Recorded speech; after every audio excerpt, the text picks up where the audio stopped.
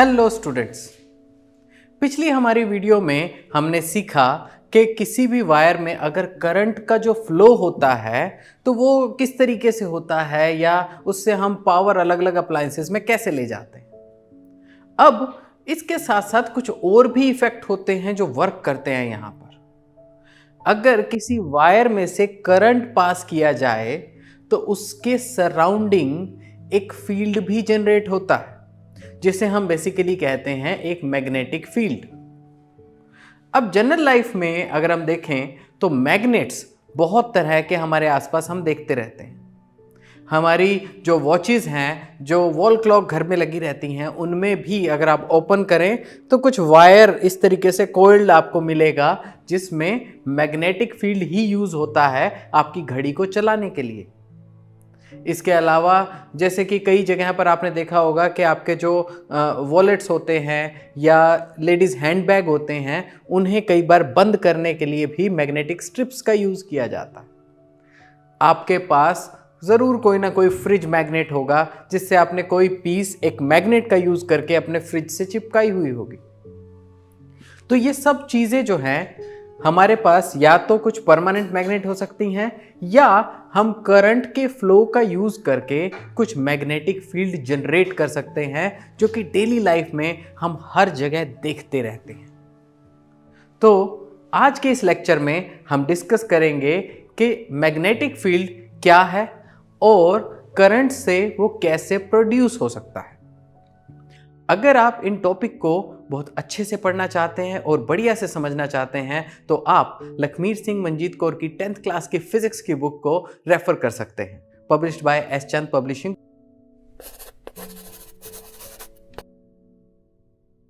Now let's start with the topic जो कि है हमारे पास कि करंट का इफेक्ट जिससे हम मैग्नेटिक फील्ड स्टडी कर रहे हैं, दैट इज। तो हमारे पास यहां पर सेकेंड चैप्टर जो स्टार्ट होता है that is magnetic effect of electric current. तो जब भी किसी वायर में से करंट पास हो रहा है उसके सराउंडिंग उसका एक मैग्नेटिक फील्ड आ जाता है। So let's look at it कि एक सिंपल सा एग्जांपल जो यहाँ पर हमें दिखाया हुआ है उसको हम सबसे पहले स्टडी करते हैं। सो दैट इज कि आपके पास यहाँ एक बैटरी है, जैसे कि हमने प्रीवियस क्लास में डिस्कस किया, प्रीवियस लेक्चर में, कि आपको कोई भी अगर कॉन्टिन्यूस फ्लो ऑफ करंट चाहिए तो कॉन्टिन्यूस फ्लो ऑफ करंट के लिए आपको एक बैटरी ज़रूरत है। नाउ इस बैटरी को आपने क्या किया कि आपने एक लोहे की किसी कील से, बड़ी कील के सराउंडिंग एक वायर आपने रोल की एंड इसमें से फिर आपने करंट पास किया। नाउ अब इस करंट पास होने की वजह से क्या होगा, इस करंट पास होने की वजह से इस कील में एक मैग्नेटिक फील्ड आपके पास आ जाएगा। ये कील ओवरऑल आपके पास मैग्नेटाइज हो जाएगी। इसी तरीके का अरेंजमेंट आपको मिलता है आपकी वॉल क्लॉक्स में भी। तो वॉल क्लॉक की जो पीछे आपके पास मशीन होती है, अगर आप उसे ओपन करें तो उसके अंदर भी इसी तरह की एक कॉइल लगी होती है जिसमें बहुत सारी वायर्स इस तरीके से रोल्ड होती हैं ताकि हम उसमें मैग्नेट क्रिएट कर सकें। नाउ अब अगर ये एक मैग्नेट बन गई है तो ये क्या है कि जो लोहे की छोटी कीलें हैं उनको so it can easily pick. So that's why हम जान सकते हैं कि दिस इज द एक्सपेरिमेंट जिससे हम वेरीफाई कर सकते हैं कि yes this is the magnetic field. तो मैग्नेटिक फील्ड है तभी लोहे की कीलें उसके साथ चिपक रही हैं या उसके साथ वो उठ रही हैं। तो इसको अगर एक नटशेल में हम देखें, so this is the term magnetic effect of electric current means that an electric current flowing in a wire produces magnetic field around it. तो किसी भी वायर के अराउंड में मैग्नेटिक फील्ड है एंड उसको एक स्पेशल वे में चैनलाइज करने के लिए हमने उसको एक कॉइल के तौर पर यहां पर रिप्रेजेंट किया है। दूसरा जो मैग्नेटिज्म का फॉर्म हमारे आसपास हम देखते हैं वो हम देखते हैं कि किसी भी तरीके की बार मैग्नेट हम अपने अराउंड देखते हैं। सो ये हम देख रहे हैं कि जैसे हमारे पास यहाँ पर है एक बार मैग्नेट, तो एक ग्लास के ऊपर हमने एक मैग्नेट रखा हुआ है। इस मैग्नेट में क्या है, एक साउथ पोल है, एक नॉर्थ पोल है, जिसके बारे में अभी हम थोड़ी देर में के बाद डिटेल से डिस्कस करेंगे। तो ये क्या है, ये एक ऐसी मैग्नेट होती है जो मैग्नेट बनी रहती है। इसके लिए आपको कोई करंट का फ्लो नहीं चाहिए, बट ये इसकी इंटरनल प्रॉपर्टी होती है जिससे ये मैग्नेट रहती है। पुराने टाइम में क्या था कि जो आयरन के कुछ ओर थे जिसको लोडस्टोन कहा जाता था। सो लोडस्टोन नाम का एक पत्थर होता था जिसके अंदर इस तरह की मैग्नेटिक प्रॉपर्टीज होती थी। एंड सबसे पहले उसका यूज जादूगर लोग करने लगे किस तरह की, इस तरह से की ट्रिक दिखाने के लिए जिसमें कोई सामान किसी चीज से जाकर चिपक जाता था। तो वहां से इसकी बिगनिंग स्टार्ट हुई एंड देन धीरे धीरे लोगों ने एक्सप्लोर किया, साइंटिस्ट ने स्टडी किया कि ये क्या इफेक्ट है, एंड स्टडी करने पे पता चला कि yes these are magnetic materials. Now a magnet is an object which attracts pieces of iron, steel, nickel and cobalt. तो ये हमारे पास कुछ ऐसे मटेरियल हैं जिनको आपका जो मैग्नेट है वो अट्रैक्ट करता है।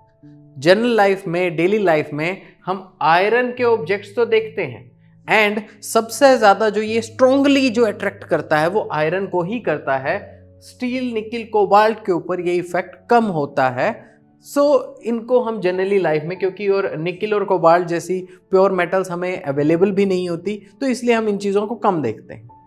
बट आयरन और स्टील हम जनरली देखते हैं।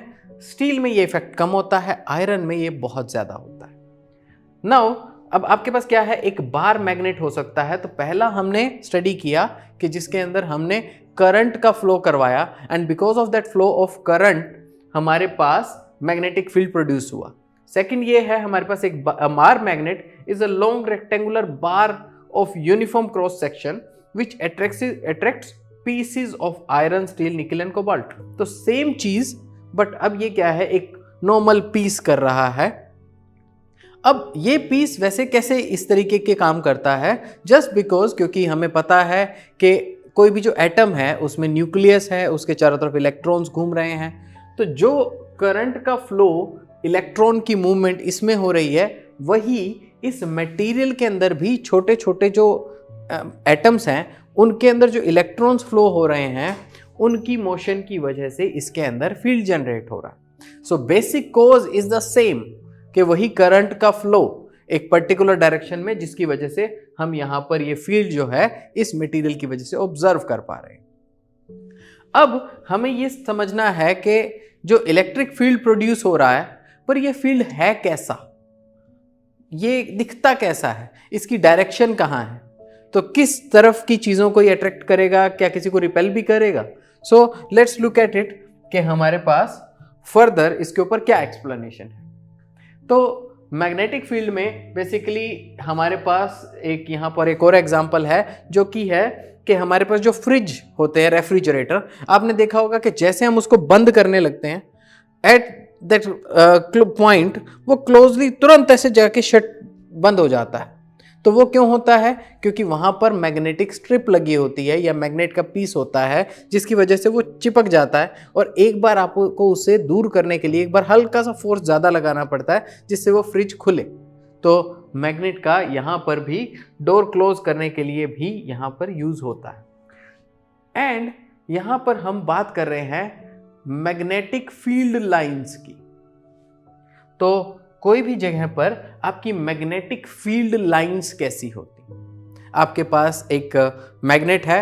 अब वो हो सकता है कि आपके पास कोई बार मैग्नेट हो, या आपके पास कोई करंट की कॉइल हो जिससे आप मैग्नेटिज्म प्रोड्यूस कर रहे हैं। तो दोनों केसेस में मैग्नेटिक फील्ड लाइंस के मैग्नेटिज्म किस डायरेक्शन से कहाँ जा रहा है, ये हमें देखना है।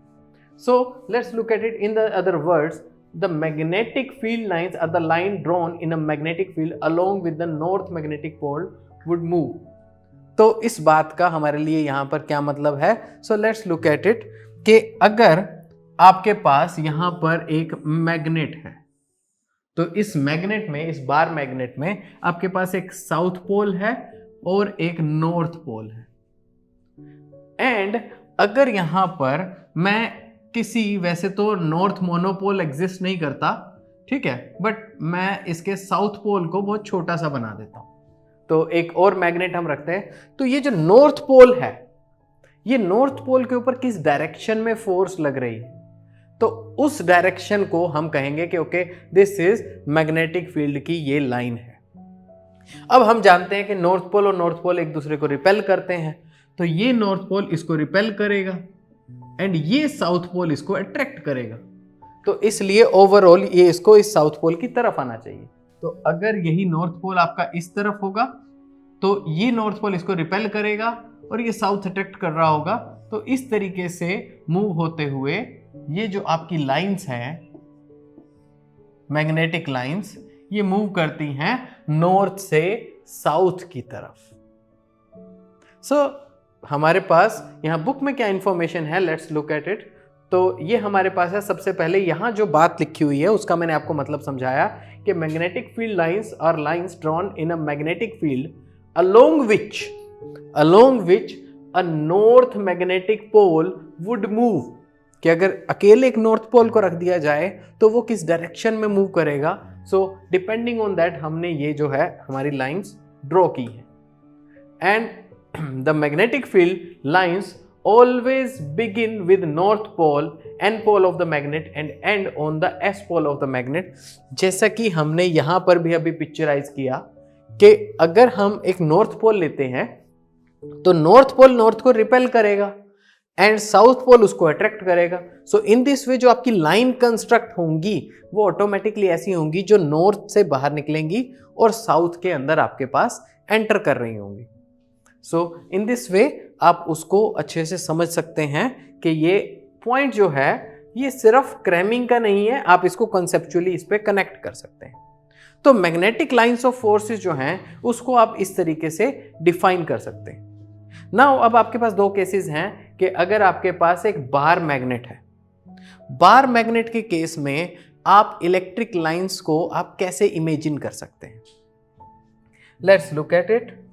तो ये हमारे पास है कि एक छोटा सा एक्सपेरिमेंट है, ये हमारे पास एक छोटा सा एक्सपेरिमेंट है जिसमें हमने क्या किया है कि हमने यहाँ पर टेबल के ऊपर हमने क्या किया है, आयरन का जो पाउडर सा है उसको हमने इसके ऊपर स्प्रिंकल कर दिया एंड उस टेबल पे हमने एक बार मैग्नेट उसके नीचे की तरफ प्लेस किया।